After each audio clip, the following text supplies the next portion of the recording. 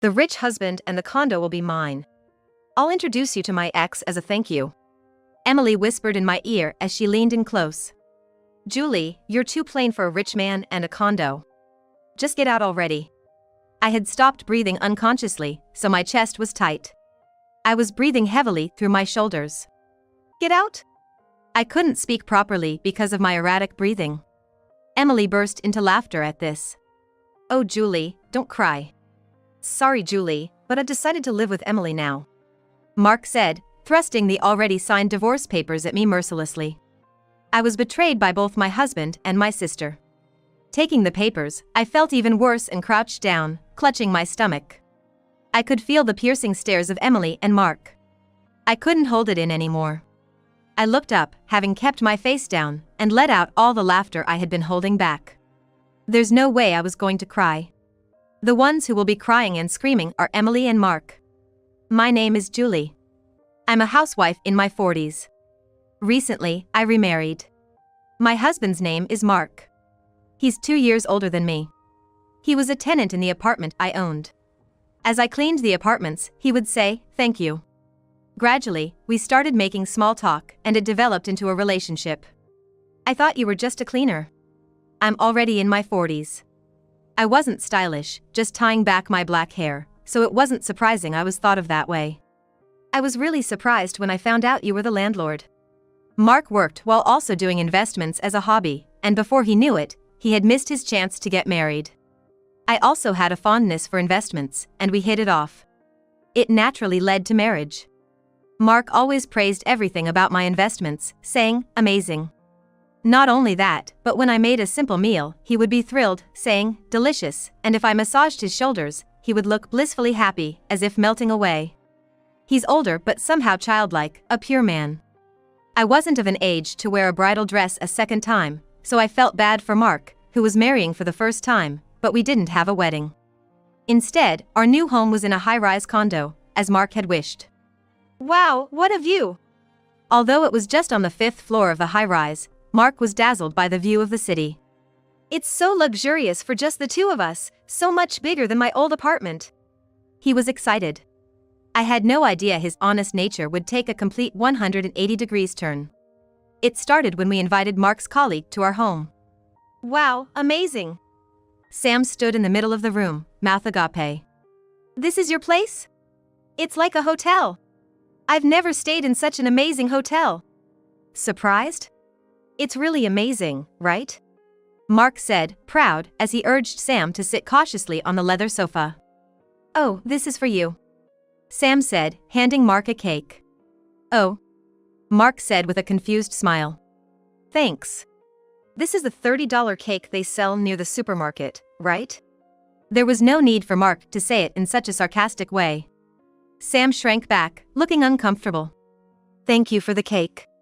I really love it. Trying to change the mood, I cheerfully offered Sam a cup of coffee. No worries. Sam took a sip of the coffee, looking relieved. Until now, Mark never joined for drinks, and his lunch was always half-priced meals. He wouldn't even buy a bottle of water. He was really tight with money. So, when he suddenly got married and moved into a high-rise condo, I couldn't believe it. Man, you're amazing. Well, yeah. Mark said, lifting his chin and puffing out his chest. Who are those guys who said I'd never get married, huh? No one's gonna make fun of me at work anymore, right? My bad, man. Your wife's a lucky woman. Mark and Sam were joking around. I was a bit concerned about Mark's attitude, but maybe that's just how guys talk. Sam's voice lowered as he added. But even though the house is luxurious, your wife is pretty plain. Well, she lost to you there. I'm not superficial like you. It's normal for a guy in his 40s to marry a woman in her 40s, right? Marrying a cute 20-something is just something from a drama. I couldn't believe my ears. They both laughed as if they meant no harm. Yeah, this high-rise has a gym and even a fancy bar, not like the cheap pubs you guys go to. It's a really stylish place. Want me to treat you to a drink? And with that, Mark and Sam went off to the bar. Mark was showing off in front of his colleague. Just for today. Just for now. But from that day on, Mark started acting more arrogantly. Oh, you went to that cheap supermarket again? We're high class now. It's embarrassing, so stop it, okay? Mark frowned disapprovingly, checking my purchases and receipts. What bothered me most was Mark's evening drink. He always sat by the window, looking down. Oh, the cars look like toys, and the people are so tiny. They don't know they're being looked down upon as they work down there. Mark had completely changed. It felt like a distant memory when we used to buy discounted vegetables at a cheap supermarket and cook together. I was starting to feel uneasy about Mark. Then one day, I felt something unfamiliar when I came home. I swallowed hard. Could it be that Mark brought another woman home? I listened carefully and heard laughter from a man and a woman in the living room. My palms were sweaty even though it wasn't hot. I tiptoed down the hallway, creeping like a burglar. Peeking into the living room, the curly-haired woman noticed me and raised her hand.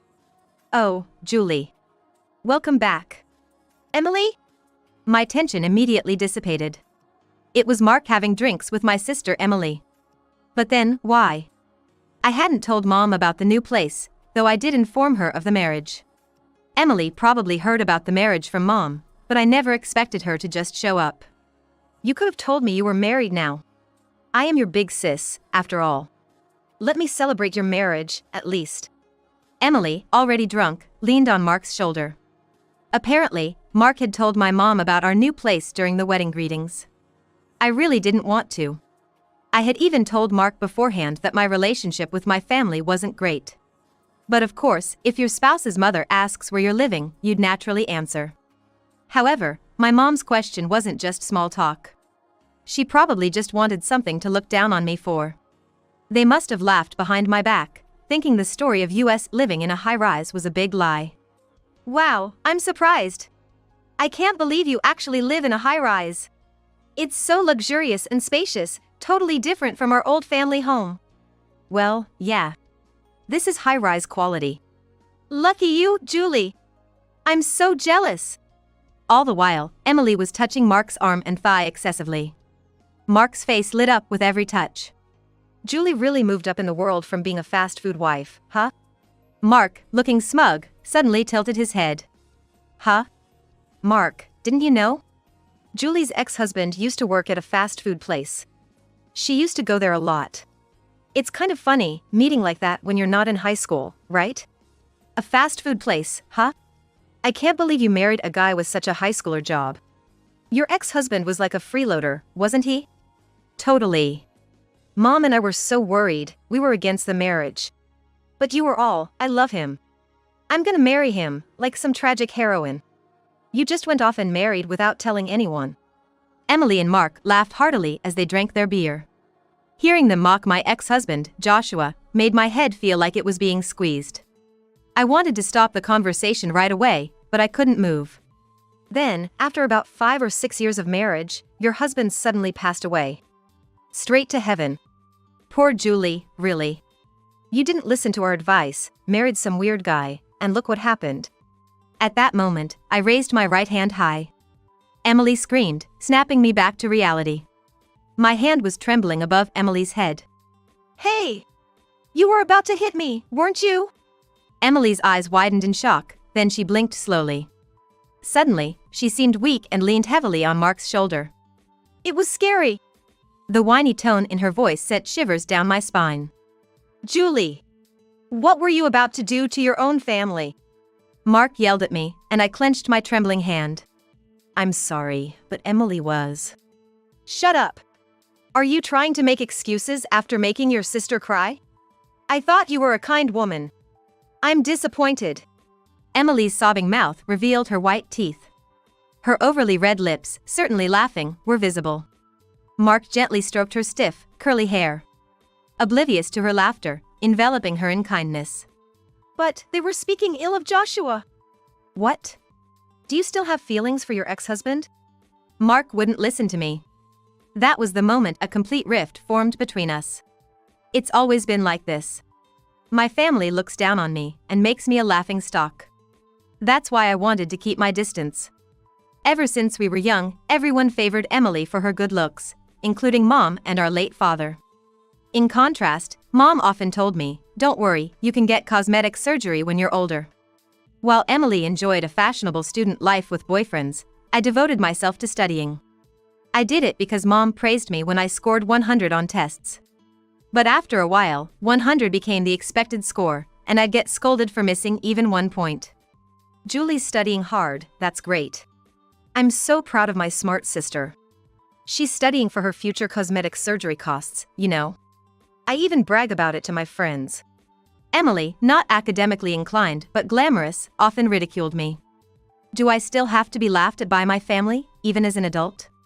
Not even allowed to defend my late husband, Joshua. Worse, Mark joined in the laughter and blamed me. It was unbearable. A week has passed since then, and our relationship remains strained. Mark, who loved living in the high-rise, has been coming home late. He must not want to see me. Mark avoids our bedroom and listlessly retreats to another room. In this spacious house, we hardly feel each other's presence. It feels like the emotional distance is growing. I can't let this continue. With that resolve, the next day, I bravely approached Mark when he returned from work. Mark, it's cold today. Would you like to have a stew together? Mark, about to head to his room, glanced briefly at the dining table. Steam rose from the earthenware pot, filling the air with a gentle broth aroma. Ha! His response was cold. I don't want to eat something so common. If you want to cheer me up, you should serve caviar or foie gras. Mark, who'd never even eaten those things, shrugged in disgust. Then he looked me up and down, letting out a big sigh. Huh, not you. My mistake. With that, Mark disappeared into his room. Mistake. The meaning of those words would soon become painfully clear. Welcome home. One day, when I got home, Emily greeted me at the entrance. She was unusually cheerful, smiling broadly. Behind her, Mark was grinning, scratching his head. Emily and Mark looked happy, embarrassed, as if they had something to say but couldn't quite start. What's going on? Were you guys drinking and bad-mouthing me and Joshua again? No, that's just your paranoia. As I tried to enter my room, Emily said, "Oh, wait," stopping me. Sorry, but could you not enter this house anymore? What? Well, you know, right, Mark? Yeah. Emily, you say it. Emily and Mark were like a shy new couple. Well, you see, we've fallen in love with each other. Huh?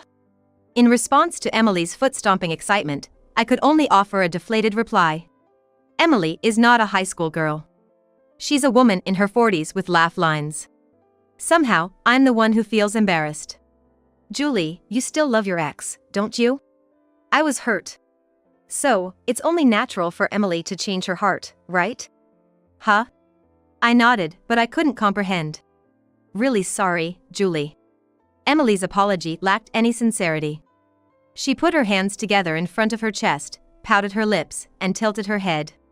She leaned in close and whispered in my ear. I'll take the rich husband and the condo. As a thank you, I'll introduce you to my ex. Her breath smelled like strong toilet freshener, giving me a headache.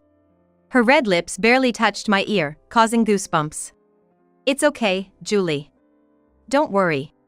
That ex is also a part-timer. You like those useless men, right? Plain Julie doesn't suit a rich husband or a condo. Just get out already. With a foul breath, Emily finally stepped back from me. I was completely frozen. Emily crossed her arms and puffed out her chest with satisfaction. Get out? I had unconsciously stopped breathing, so my chest was tight. I was gasping for breath through my shoulders. My breathing was erratic and I couldn't speak properly. Emily burst into laughter at my state. Oh, Julie, don't cry. Poor Julie. Sorry, Julie. But I've decided to live with Emily now. Mark said, mercilessly thrusting the completed divorce papers at me. Taking them, I felt even more distressed, clutching my stomach and crouching down. I could painfully feel the gazes of Emily and Mark. I couldn't hold back anymore. I looked up, having kept my face down, and let out all the laughter I had been suppressing. What have you been saying? Why do I have to leave? My sudden laughter must have looked crazy. Emily contorted her face and took a step back. Because the house is in my name, I said, wiping the tears from the corner of my eyes. Emily frowned in confusion, and Mark smiled lightly. Huh? Do you understand what it means to be handed divorce papers? Mark and I are getting divorced. You're a nuisance here, so disappear. They seemed to take my words as the rambling of a madwoman. Emily's scent had already filled the house. Looking behind her, I saw her crumpled tights thrown on the living room floor. I realized there was no place for me here anymore. Clinging to a house steeped in Emily's scent seemed ridiculous. Maybe we should move to another house? No way. I've grown to like this high-rise, Mark suggested with a relaxed smile. He seemed to be plotting something, but it was no longer my concern. Fine. I'll leave. Do as you please. Emily smirked confidently. Good to know you understand. Then Emily and I will live here in this high-rise. Don't complain later. Sure. Wish you all the best. Then I packed my belongings in a single Boston bag and left the room where I was supposed to live a happy life with Mark. A few days later, returning from the convenience store, I ran into Emily and Mark at the entrance of the high-rise. Still hanging around the building? Creepy. Just get out of here. Oh, don't tell me you have nowhere to go and are sleeping in this entrance? That's so sad. A homeless person in the entrance of a luxury high-rise? Give me a break. Emily and Mark made wild guesses and pitted me.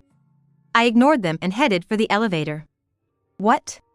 Want to get your stuff? No way. If plain and poor-looking Julie enters the apartment, it'll get all dirty.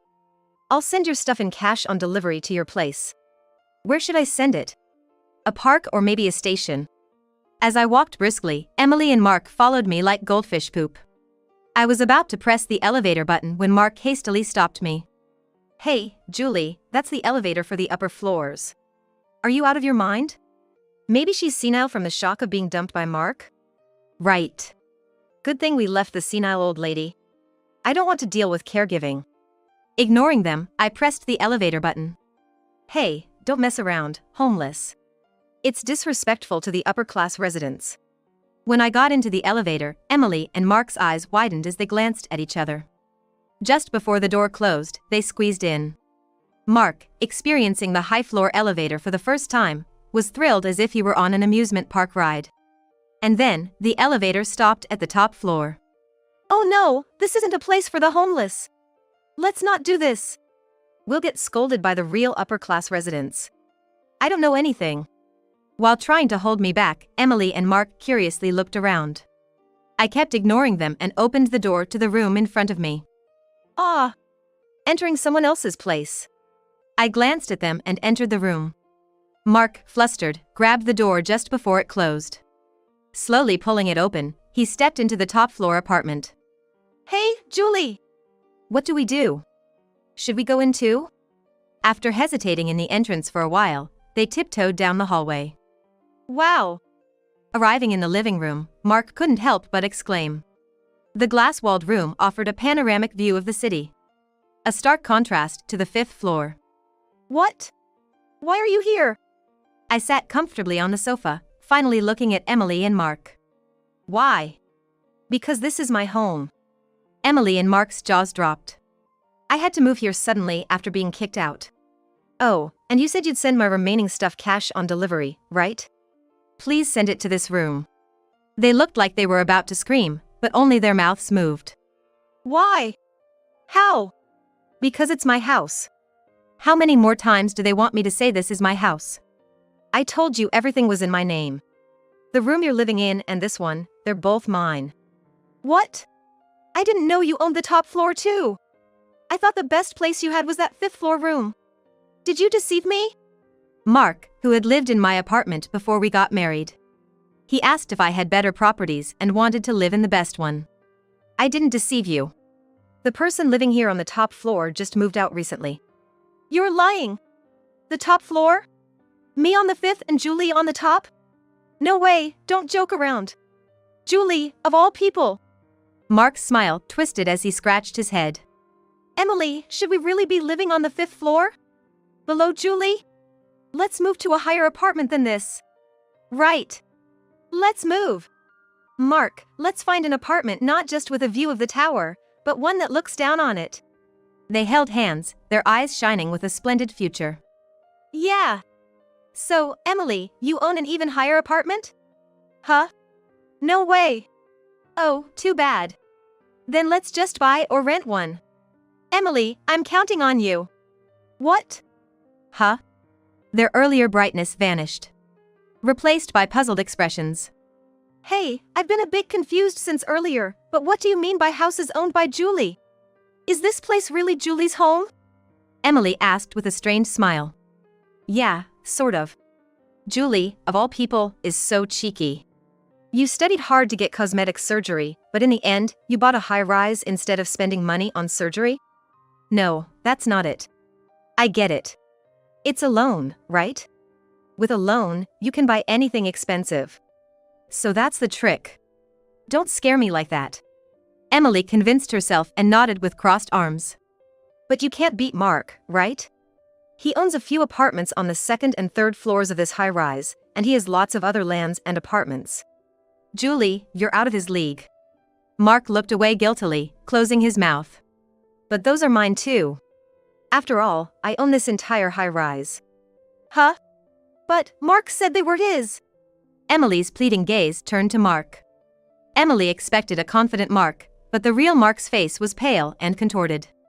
Mark, Julie is lying, right? Well, it's like ours, as a married couple. Mark mumbled, and I clarified for him. It seems Mark bragged to Emily about properties in my name as if they were his own. Pathetic man. No, that's a lie. The one who lied is Mark. Emily collapsed on the spot, shocked. Julie, of all people, this is a lie. An uneasy Mark, with a strange smile, apologized, sorry. His straightforward apology didn't seem to reach the dazed Emily. Unable to stand the heavy atmosphere, Mark started to laugh nervously. Sorry. I don't own anything. But my feelings for Emily are real. I'll always support Emily by her side. Mark! Emily's cheeks turned slightly red. Love over money?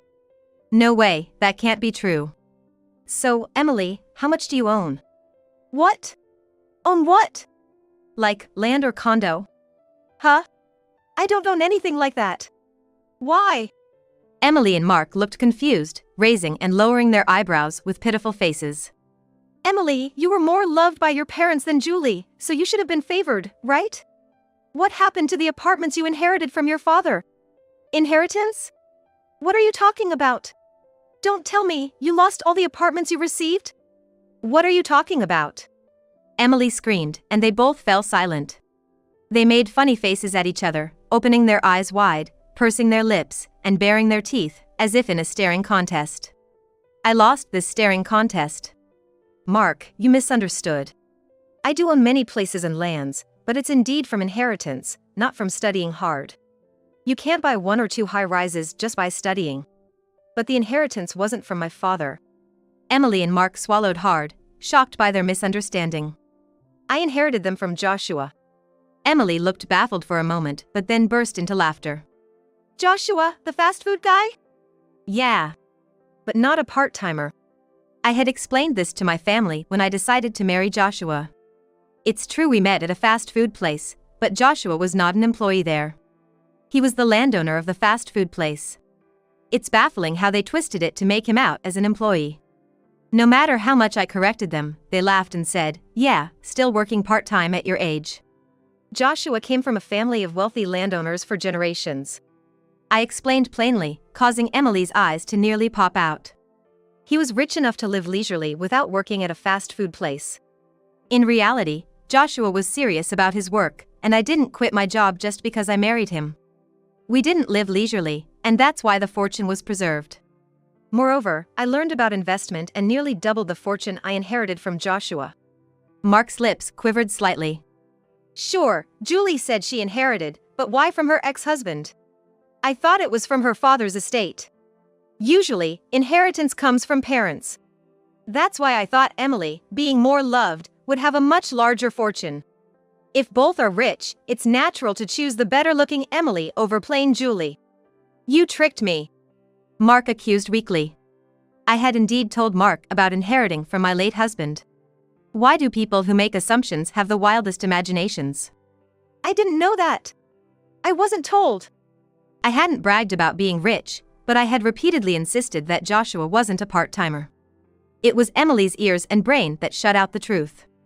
Julie, of all people, rich? Julie, owning a high-rise? Unacceptable. Some people need straightforward talk, no sugarcoating. Sorry, but I happen to own real estate worth 380 billion yen. Me, lower than Emily. Living comfortably above Emily. Emily, for some reason, covered her head with both hands and slumped to the floor. No words came out, but tears of frustration overflowed. I walked to the window and looked outside. Want to see the view, Mark? It's quite different from the 5th floor. A view you'll never see again in your life, so take a good look. Mark staggered over to me and, unbelievably, put his arm around my shoulder. Sorry. My bad. I was swayed by Emily because she seemed to have a lot of money. Think about it. Would I really like someone flashy like Emily? Mark turned his gaze to the vast view outside the large window. People look like toys. No, they're just trash. I gently placed my hand over Mark's on my shoulder. Then, Mark grasped my hand and smiled tenderly. Julie, I love you. Mark, I don't love you. Huh? I roughly shook off Mark's hand. A man who cheats on his newlywed wife for an affair is indeed trash. By the way, the divorce papers you unilaterally handed me that day have already been submitted. Enjoyed the top floor view? Trash should return to its place. Time to go back down. With that, Mark, making his most handsome face, froze solid. Later, Emily and Mark continued to live on the 5th floor of the high-rise. Considering how much Mark ridiculed Emily, they were obviously not living happily ever after. They just refused to give up their place. One day, they were clearly lying in wait for me at the entrance. Spotting me, they clumsily rushed over. Julie! Finally found you! Hey, what's this about? I didn't need to see the paper they showed to know what it was about. It's the rent bill. It's written in English, so you can read it, right? Why? You're trying to take money from us? Of course. Why would you think you can live here for free? Calmly answering, Emily approached. That's cold. We're family, right? You can kick out this trash man, but I, as a family, have the right to live here for free. No. Forgot what you did. Stealing your sister's husband, breaking up a family, and you talk about family? I have no family. Emily weakly muttered Julie. I was jealous of happy Julie. Really, I'm in big trouble. Emily burst into tears, her voice breaking as she recounted her hardships. My ex was generous even though he was just a part-timer. When I asked, he was smart with credit cards. You know?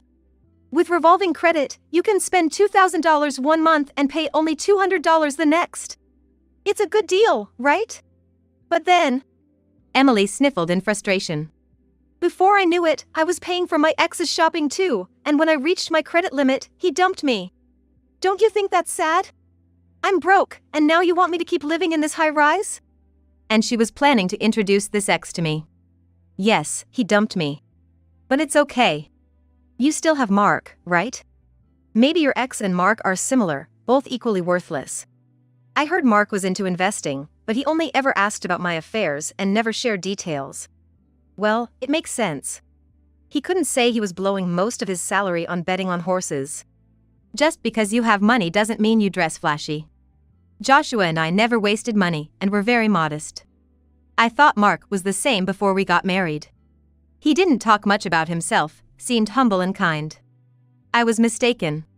When things were strained between Mark and me, I almost fainted when I found a pocket full of betting tickets. Enjoy your life with the Mark you stole from me. Oh, and by the way, the rent is due tomorrow. Don't forget to pay it. That's impossible. If you can't pay, you'll have to leave. Despite my logical response, Emily wailed, but we're family, and Mark, professing his love for me, clung to my feet. This high-rise felt more like a daycare than a luxury apartment. It wasn't my job to discipline these brats. Eventually, Emily and Mark couldn't keep living in the high-rise and had to leave. I've moved out too, so I don't have to worry about being ambushed by them anymore. The top floor of the high-rise was lovely, but it just didn't feel like me. What a nice view today! I leaned over the balcony on the 2nd floor. Before me, the sea stretched out as far as the eye could see. My previous urban life felt like being swallowed by a sea of dark buildings. Now, living away from the city, I've changed both my home and my job, starting a new life.